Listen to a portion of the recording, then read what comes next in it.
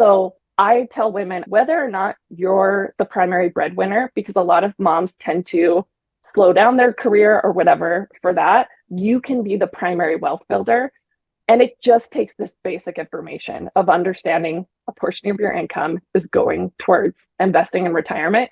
This is Brandon Turner, and you are listening to the Average Joe Finances podcast.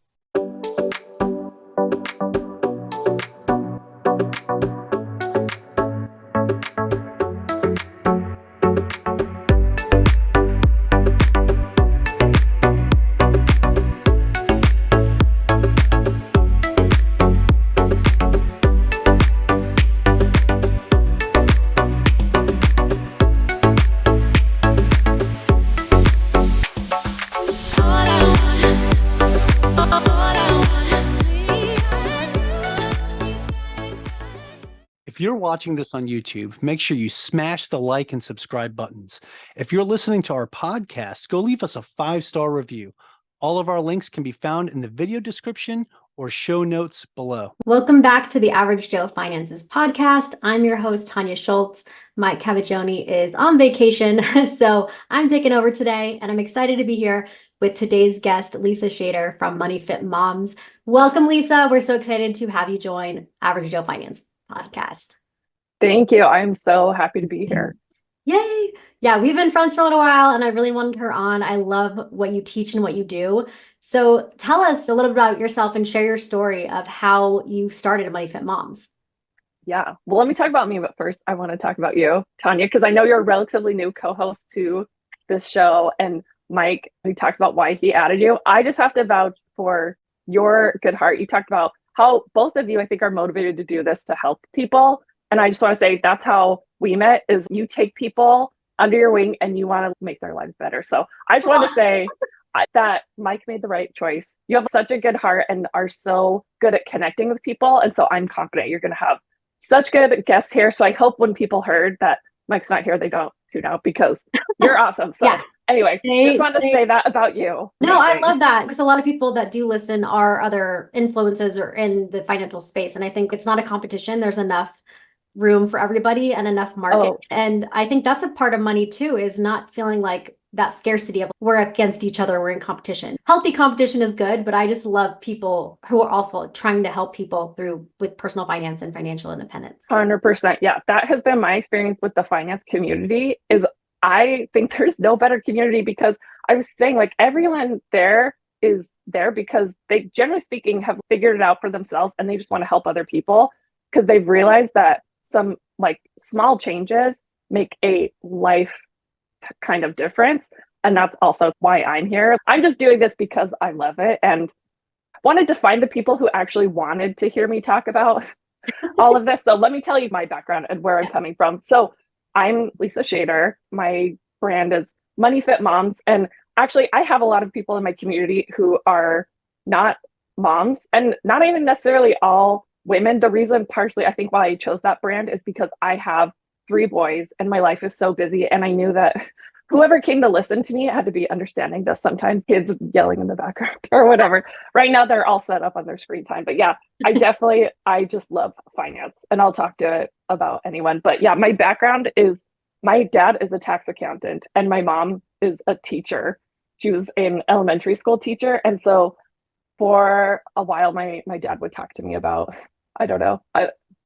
Basically, I've been using QuickBooks since I was like in middle school. I was like reconciling bank accounts. And he's like, see, it's like a video game, but more fun. And honestly, QuickBooks is a legit thrill, if anyone's, no. But I went into college determined to not be a tax accountant and ended up becoming a tax accountant. I have a bachelor's and master's in tax accounting. I got my CPA. And the reason why I'm glad I did that is because I actually think my real passion is for financial education, which is why that's funny, because it's like the combination of my 2 parents, the finance side and the education side. Yeah. And the reason why that wasn't like a thing, like financial education was not a major I could pick. So I'm glad I got the background that I did. My passion is particularly basically tax advantaged investing, like the super basic kind. We're talking like investing, buying index funds and tax advantaged accounts, automating it So it's no stress, like very little time and energy, and being able to get financial independence, honestly, as soon as you want. I'm not the person who's like, invest everything you can and retire as soon as possible. I like to help people figure out, I call it the Goldilocks number, in terms of not so little that you're not going to get your financial goals, but not so much that you're not enjoying life now. Yep. And it is like an actual number. And I think that's what I like to help people realize is like retirement is not as mysterious or hard or impossible. It's just a number. It's something that you buy. It's the most expensive thing that you buy. It has a price tag like any other thing that you buy. How big it is determined by how much you spend, right? So someone who wants like a more expensive retirement, it's going to cost more than a less expensive. But basically just like helping people get in there, realize that it's not that mysterious, figure out the numbers, and then set it and forget it, right? I don't know if anyone else remembers that infomercial. Yeah. Set it and forget it, automate it, because we have so much more financial technology than we did. I just saw each generation is starting to invest earlier. And I think a big reason for that is the financial technology that we have, where you literally could just automate it, not stress about it. And then I want people to like really enjoy money now, where it's just a tool to help you live your best life, to help give back to others. And I just realized, because of my background in tax, I think that's what was intimidating to some people, is realizing there are some rules and some things to know about, or they just didn't understand like the history of, for example, like the stock market, or kind of the guardrails of, okay, where are like the problem areas and how can we just do the very basic. I'm a big believer in the 80-20 rule, where it's 20% of effort gives you 80% of the benefits. And if you're the person who wants to go to 100% because you love it, like for sure. But I'm trying to help just anyone realize that by doing the basics. And I know on this podcast, a lot of people are interested in real estate, which I totally respect. I know a lot of people who've built wealth for real estate, but I think even if you have, whether it's real estate or business, whatever else you have going on, that in stock market investing, basic, long-term, I'm not talking about trying to time the market or try to pick hot stocks. Day trading and things like that. Yes. Yeah. That can be a part of, I think, almost anyone's long-term financial plan. Yeah. So that's kind of my thing, is I realized back when I was like a young mom, couponing was all the rage. There were like shows on TV. There were all these blogs. It was like the thing. And I realized people were not getting their employer matches. So they were spending all this time and energy to save, maybe, let's say it's even hundreds of dollars, but they were literally throwing out thousands of dollars every year by not getting their employer match. And that's when I started my first blog, desperate to help people realize just the basics of, like, for example, using an IRA, teach people how to build a long-term financial plan. Not everyone's eligible for an IRA, depending if you're high income. You may no longer be able to contribute to a Roth IRA, for example. But for the average Joe, as they say, the difference between contributing to an IRA or not is the difference between them being able to hit their retirement goals or not. And it was like so basic. So that's me. I'm like, I just want to help people figure out the basics. And I've been doing it long enough that there's like little things like, for example, investing your health savings account, stuff like that, that people don't even know are options. But generally speaking, I'm like all about the simple stuff you can automate so you can like enjoy the rest of your life and not have to stress about finances day in and day out, year after year.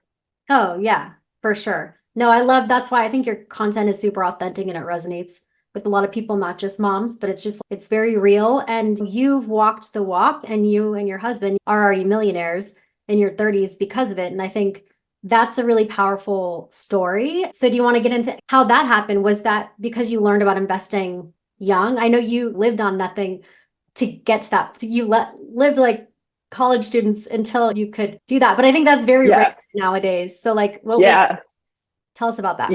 Yeah. So when my husband and I, we were actually both getting our master's degree. We had a 5-year degree where it was a combination of bachelor's and master's combined. So we had the 5th year, and then we graduated with both at the same time. The cool thing about that is, even though we had different majors, they were both in the business school, and we had the opportunity to take an elective together. And there was a personal finance elective. And I say elective because if it were up to me, everyone would take a personal finance class in high school and in college, because it completely changed our lives. And the cool thing about this professor had been an investment professional, right? Made his fortune and was like, okay, what's the biggest impact I can have on the world? Went back to get his doctorate so that he could teach young people, right, the basics of long-term investing. And so once again, it was like an elective. So we just lucked out to take this class together. And it was cool that we could take it together because literally we're like submitting assignments together because he's like, hey, we are at a university where there was like a bunch of like young married couples. If you're married, you can submit a project together, which is great. So not to throw my husband under the bus, but my program was like the #1 in the nation. It was super demanding. So he did a little bit more of the homework for this class, truth be told. But we did build our personal financial plan together, and it covered everything from insurance and budgeting, but the understanding long-term investing and just like basic like an investment calculator. Oh, what? The sooner we start investing, it's exponential. So I was motivated right out of the gate to keep our finances low. And so that was actually what the professor recommended is he said, if you don't immediately upgrade your lifestyle with your first real job, quote unquote. And I say this, no matter where you are, if you're listening to this, you're in your 40s and your 50s, basically when you start your investing journey, if for the first 10 years, you don't upgrade your lifestyle with every right raise or increase and you prioritize investing, it will change the trajectory of your finances. So that's what we did. We were basically just continued to live on love even after we got our first jobs. And I was motivated. I thought it was fun to be able to like budget. Not everyone is like as thrilled as I am to like be like, oh my gosh, we maxed out our Roth IRA. So take it to the level that you are excited about. But for me, we really put a lot away and really tried to maximize that. And first it took discipline because we had 2 incomes, but then we started having kids and we were living on one income in the most expensive areas of the country. And that was hard. Like then it was no longer out of fun. It was out of necessity. So we had to figure out how to live. So like basically it was hand-me-downs and we had to DIY everything because that's how it was. But it was for a purpose. It didn't feel sad. It felt motivating. And basically and once again, nothing exciting. We're talking about, right, 401k IRAs. Eventually down the road, we started investing our health savings account, but we couldn't afford to do that from the first number of years. So when I finally got into, and I had like started this financial education blog, mostly focusing on the budgeting piece because I had gotten really good at that out of necessity and was just like literally letting the investing run in the background. We were doing nothing fancy, right? Honestly, wasn't even looking at it. I wasn't tracking our net worth. I do recommend my clients do now because I think I would have been even more motivated if I had seen what a difference this was making. So basically, when I started finally creating content on Instagram, which was like way late in the game, I saw someone else who was also creating content. Interestingly, she had taken the same class from the same professor, had the same like success, and also wanted to spread the news. And when we put that together, it was like so cool. Oh my God. Anyways, but she had in her profile that they were millionaires. I was like, oh, I should calculate our net worth. And he had said to prioritize investing for 10 years and it would change your life. So it'd been almost exactly 10 years since we had graduated and we were, right, we had hit million net worth, but we were relatively young still. So I'm like doing the math. I'm like, oh, we're on track for the option to have a very early retirement or just to slow down. So we're what's called, if you're like the financial independence retire early movement, we're in the coast fire where we don't necessarily have to save anymore for retirement. We can just chill out, enjoy our lifestyle, right? So now we're like more in like the fun lifestyle upgrades stage, but because, right, so I'm not about not enjoying your life, but delaying some of that lifestyle inflation makes a massive difference. Oh my God, I love that so much. Yeah, I think you're talking a lot about that discipline and the sacrifice that you're willing to make to get, when you look back, it goes by so fast. So it actually doesn't take that much of time because same thing for me when I look at when I started my debt-free journey, which for me, it took a lot longer for me to realize, what am I doing with my life? I wish I would have got that class growing up. But for me now, in the last 8 to 10 years, my net worth has like quadrupled because of investing in everything. And I still don't own a home as well. Own a home. I know you do, but it's just crazy. Once you do get intentional and are focused on, I obviously promote budgeting a lot and I love budgeting as well. and being able to invest as much as you can and live below your means, it is life changing. And like you and I, we still go on trips, European vacations, and like these other lavish trips you wouldn't imagine people who are like budgeting would go on, right? Oh, 100%. My husband sent me this Instagram reel the other day, and it's like, oh, when you think your wife is low maintenance because she does not like name brands, but she takes 14 trips a year. I took exactly 14 trips last year because that's a financial priority for us. And to me, that's what's great about having a budget is it's not about limitations, it's about freedom and being able to feel great about all your financial priorities because they're going to be different for everyone. Yeah. I have another question here. I want to get more into you empowering women, like you said, because you were a mom. So did you went from being blogging basically, and then you were like, wait a second, I want to do more of like my own course, or how did that kind of go into how you set that up now or how you help people? Yeah. So, I mean, basically, I think I realized that people just were not reading blogs like they used to. Like, I'm old enough that I remember the blog craze. I like participated in it a little bit. I never got huge, but I was just always trying to do whatever I needed to get eyeballs on this because even though it's not very exciting on the outset, and the finance passionate people don't need to be convinced about why this is important. But I wanted to get to those people who didn't know yet, whose lives I knew they could change by making this. And so for a while, like with the blog, it literally was like, it was like Pinterest was big, and I would lure people in with a DIY headboard, got like 1 million views. And I'm like, oh my God. and also, are you saving for retirement? Like a Trojan horse of getting people. So then I realized that people aren't reading blogs anymore. So I write this huge post about Roth IRAs. No one would read it. I do one silly video, like a 5 to 7 second video, and I have 3 messages from people saying, hey, thank you so much. I finally opened my Roth IRA. And that's when I realized I'm like, okay, I need to get over myself. Like, I don't love being on camera, but I was willing to go wherever I needed to go to get people excited about this. And so then it became a fun challenge of how can I make these somewhat dry topics like understandable and engaging. And that's where like the creative education side come in. So I use a lot of props, I use a lot of visuals, and I use a lot of analogies, right? Yeah. To get people to realize this is not rocket science, and you don't need to be a whatever, like day trader to be successful investor. And so I'll do little examples. I have a little challenge called Build Your 1 Million Plan. And it's basically just, okay, $500 a month, right? Whether it's a combination of increasing income or decreasing expenses. And then talking about like the history of index funds. And in the short term, yes, it is risky. And I think a lot of people think of investing as risky. And I work with people who either don't, I catch a lot of the cash hoarders who I'm like, no, like you are hoarding cash because it makes you feel safe. But that's actually the riskiest thing you can do because I guarantee you that is going to lose value over time.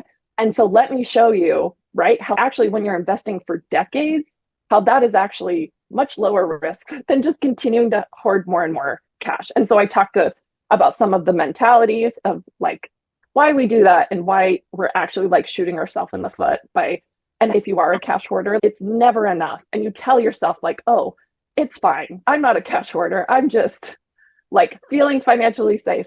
And so I'm a big proponent of building that long-term financial plan. And it doesn't need to be detailed, but just starting to see the trajectory of where you're putting stuff, like what's likely to happen to that, and helping people understand, okay, once you've built that basic long-term financial plan, it makes you so much more motivated to, right, pay off debt, I know, which is your specialty, or invest and not just rely solely on cash hoarding for our financial security.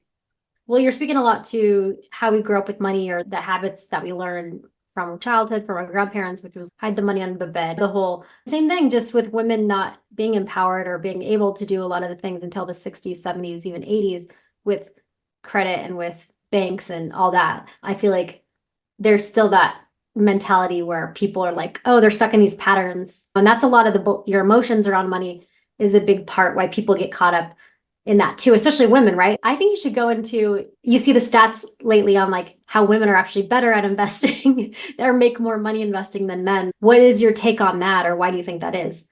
100%. Okay, so I know there's going to be a lot of men listening to this, and I love that because I think everyone needs to be involved in the movement to help women become more money confident, because I think it makes relationships stronger. I will often work with couples and they're like, oh, he takes care of that. And I'm like, okay, here's the thing. I understand that you're busy and there's the need to divide and conquer, right? Like my husband does the cooking, I do the dishes, right? And that works for us.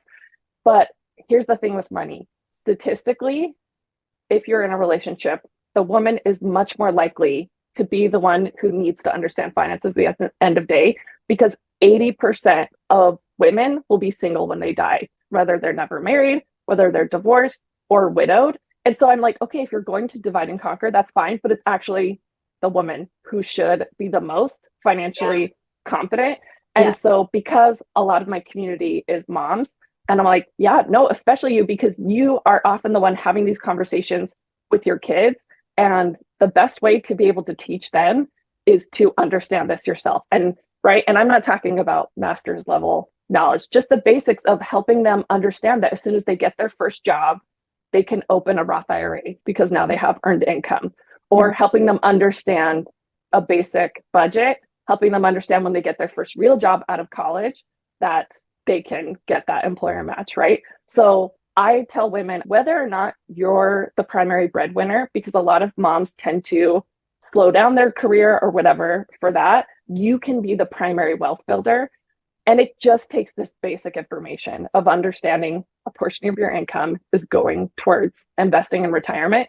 And so I actually did the math on me and my husband, because I have 3 kids and my income contribution, if you look at our Social Security statement, he has been contributing more to the income side, but I was the one who was like budgeting, investing. And so if you look at how much of our wealth has been built from income versus like my part in it of always living on less than we earned and right investing that, like I'm the reason he'll be able to retire early. We're a team. I'm not going to take all the credit, right? But just this idea of there's every reason for women to be financially confident, no matter what their relationship status is. And I love that support that I see from husbands, from spouses, because they realize this is going to benefit them. So I've worked with couples where like the husband is diagnosed with cancer and hopefully everything will be fine and he'll make a full recovery, but they're going through this process together, and you can see it becomes very real. That's important for a woman to be very financially confident of what's going on, right? Yeah. And it's like the most like obvious example, because unfortunately I've also worked with people who are on the other side of a terrible diagnosis and they haven't learned this stuff and they're in a very difficult situation, and it's really sad. And we do the best we can with whatever situation. Basically, there's no situation that you can convince me that a woman does not need to be financially confident. And I know you are passionate. I've heard about what kind of you got driven and just that financial independence. And this is how my brain works. Me and my husband are happily married, but we have done what would happen if XYZ. Yeah. What we do financially, because I don't want anyone to feel financially reliant on anyone ever. And maybe that's weird to some people, but to me, it makes us like more unhappy and secure in our relationship because we know it's not based on financial dependency. Oh my God. That is so huge. Yeah. You and I both kind of talk about financial manipulation and financial abuse, which can happen on both sides, right? But it is sometimes a lot of those women that get stuck in those situations because sometimes the man, you're just in a toxic situation, but other times you can get out of it, but they feel stuck or they feel overwhelmed, which was how I felt and where I started educating myself on this too.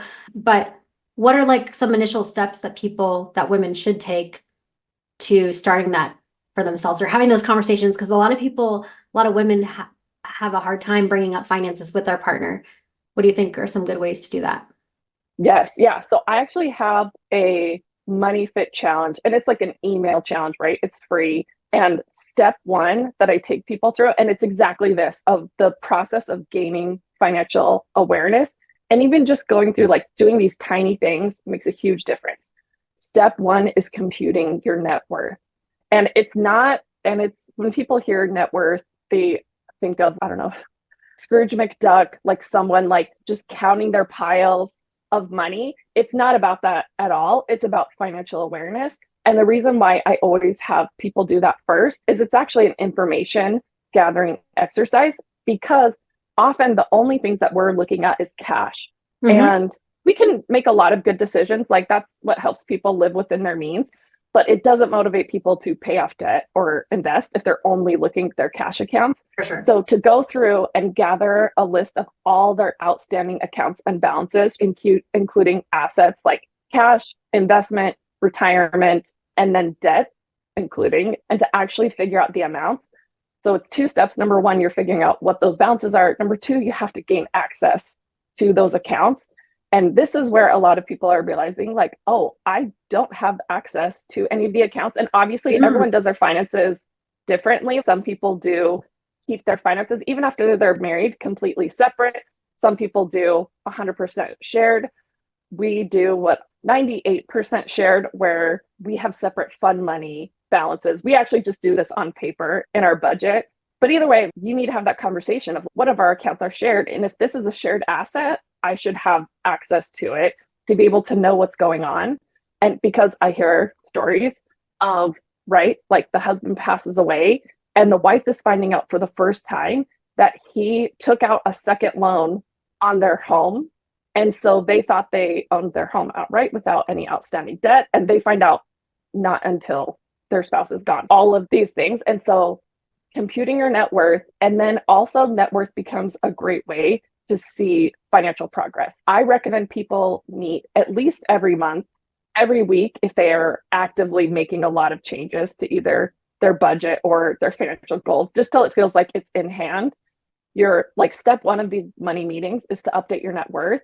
And then it's just a lot of conversations of figuring out what are our financial goals, what are our priorities, and then by going in and checking all those balances, it's just like an awareness of, okay, how's it going? Is our spending going the way we think? Are we adding to our accounts? So that is step 1, figuring out net worth, making sure you have access to everything that you should have access to, because it's not to say that if you don't have access that you're in a financially abusive situation. A lot of times it's just a logistical thing, but not having access to financial accounts is one of the signs of financial abuse, right? And so just going through the process of discovering where you stand, if there's a lot of push back, right? Maybe that's when you need some professional help, either right therapy or a financial professional to make sure facilitate this process.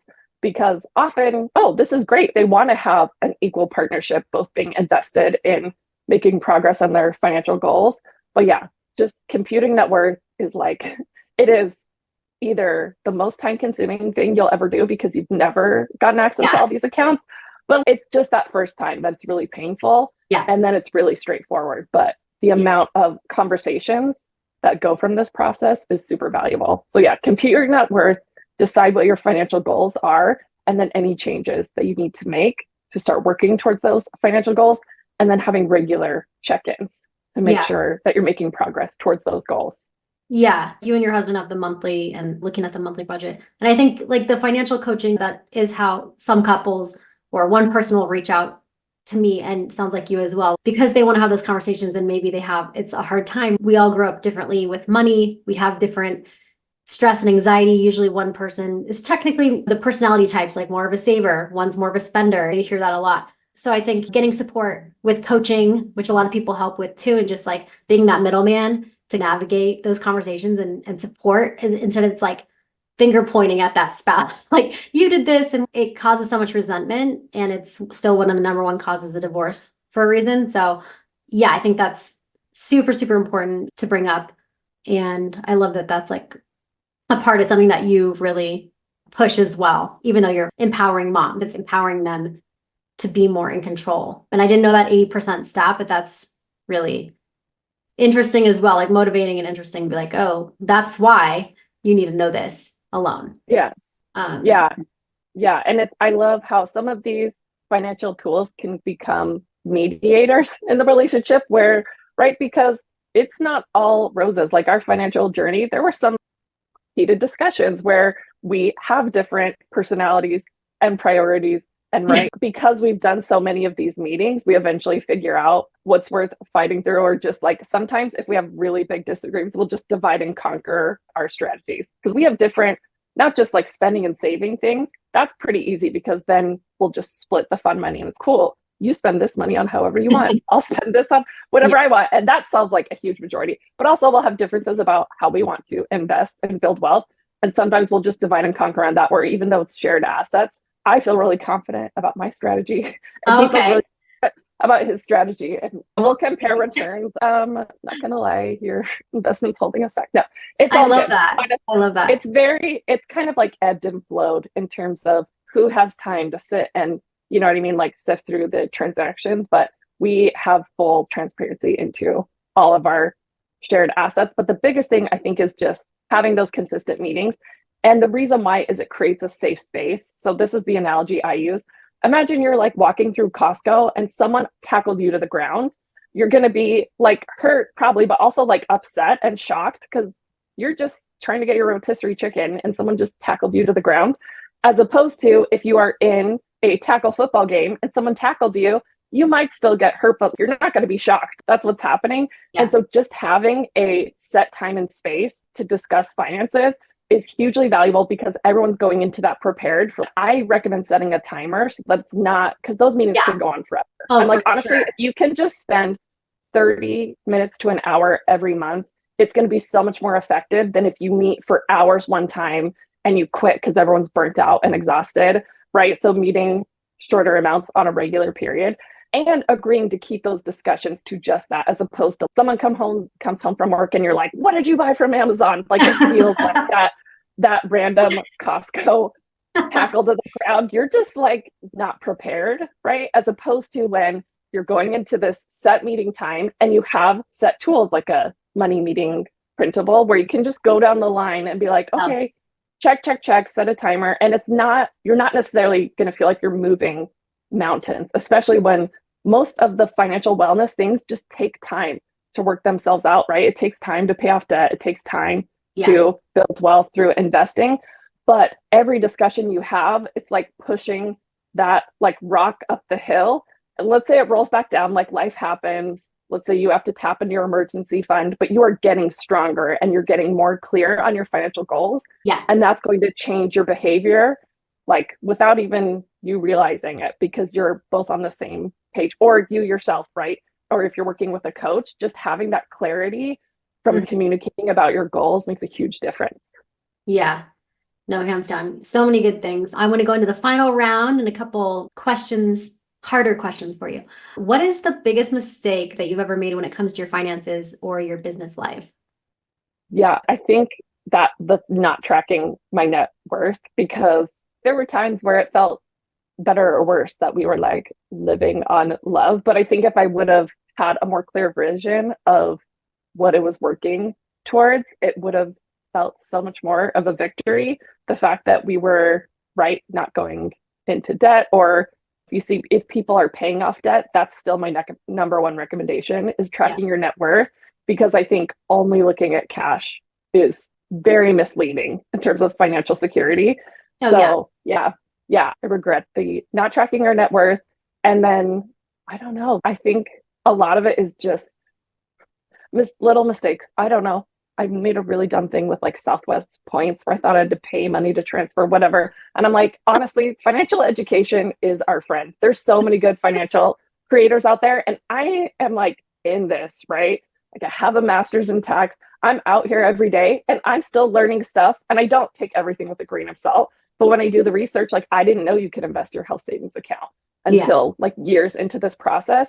So yeah, I think just not following enough good people who are out there giving good information, and not all financial creators out there are equal, but there's some really good ones. So just like being open to learning more, not feeling like you have to incorporate every strategy, but just helping to keep a pulse on what's going on. Yeah, no, I love that. Just always like being open, like growth mindset, right? So it's like being more into what does this mean? Or does this make sense for me? Or like, what is this? That's really good advice. Do you have any tips and tricks that you would recommend to someone who is just getting started with investing?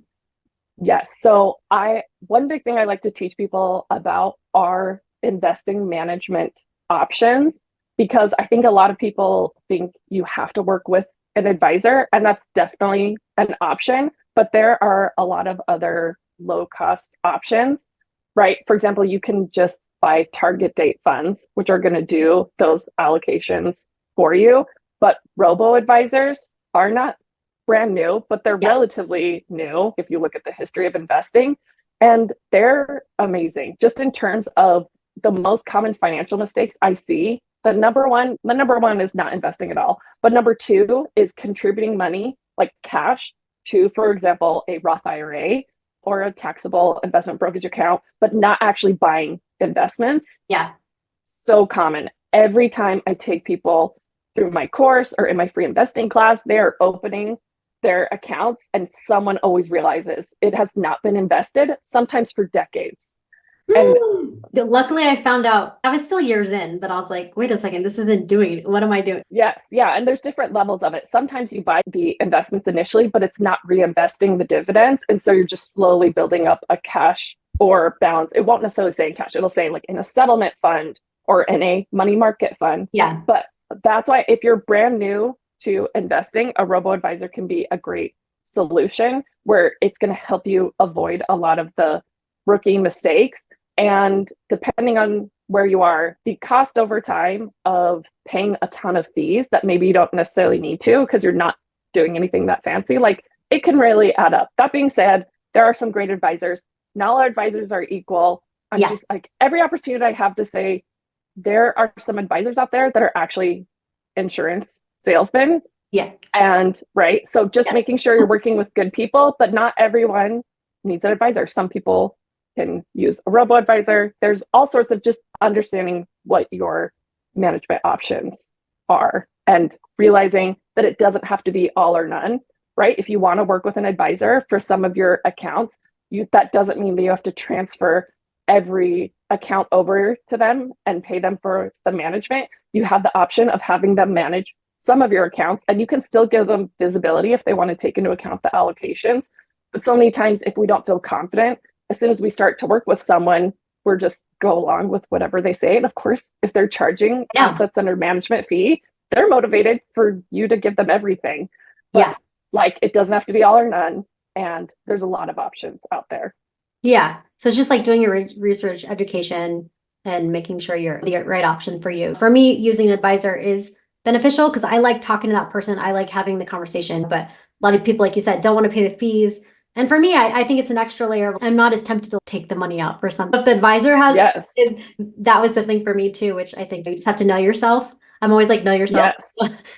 100%. And if working with an advisor is what's going to help you give the confidence to get on track for your financial goals, then that's obviously the right option for you. So just doing like enough research to know there are options, and then you can feel great about the option you choose. Yeah. Awesome. Okay. Couple more questions. Do you have a favorite business, investing, or real estate related book or podcast or both? I love Simple Path to Wealth by J.L. Collins. He talks about index funds, and I think it's more technical, but also basic, writes that line. And I love it because he was not trying to build an empire. It's not gimmicky. He literally wrote a bunch of letters to his daughter on his blog about what he would want her to know about long-term investing. And it was just on the blog for free. And even when people are like, oh, hey, could you write a book? Why would I? Like, it's on the website for free. And he's not like, his blog's not monetized. It's literally, he's just putting it out there because he's had success with it.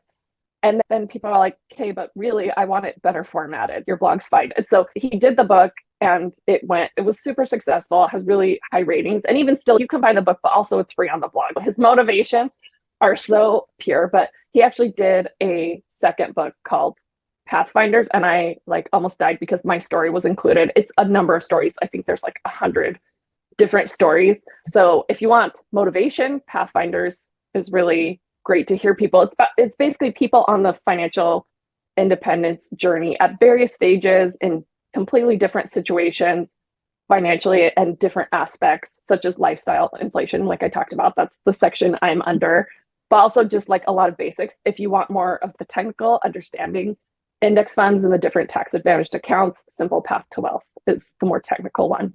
Awesome. Yeah, I love those recommendations. And then the most important question of all, probably of the day, where can people find more information? What's your website, your social media? Give people the details so that they can connect with you.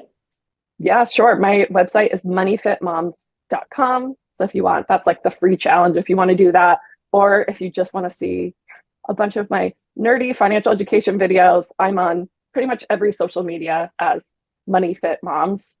And it's like, I've just had to let my ego go and just realize people are going to make comments. But same thing, my motivations are pure, where I'm like, honestly, I just want people to be having the financial freedom and the confidence to be able to feel good about where their finances are. And if they're not, here's how to make some changes.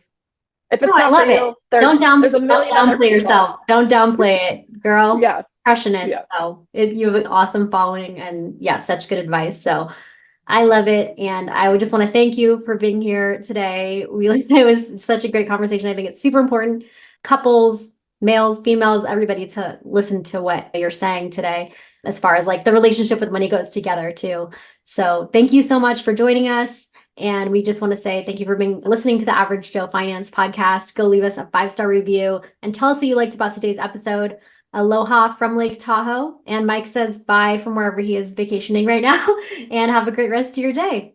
Thank you for making it to the end of this episode. Greatly appreciate you being here with me today on the Average Joe Finances podcast. If you haven't done so yet, make this the episode that you go leave us a 5-star rating or subscribe to our YouTube channel. The Average Joe Finances podcast is for informational and entertainment purposes only. Have an outstanding day.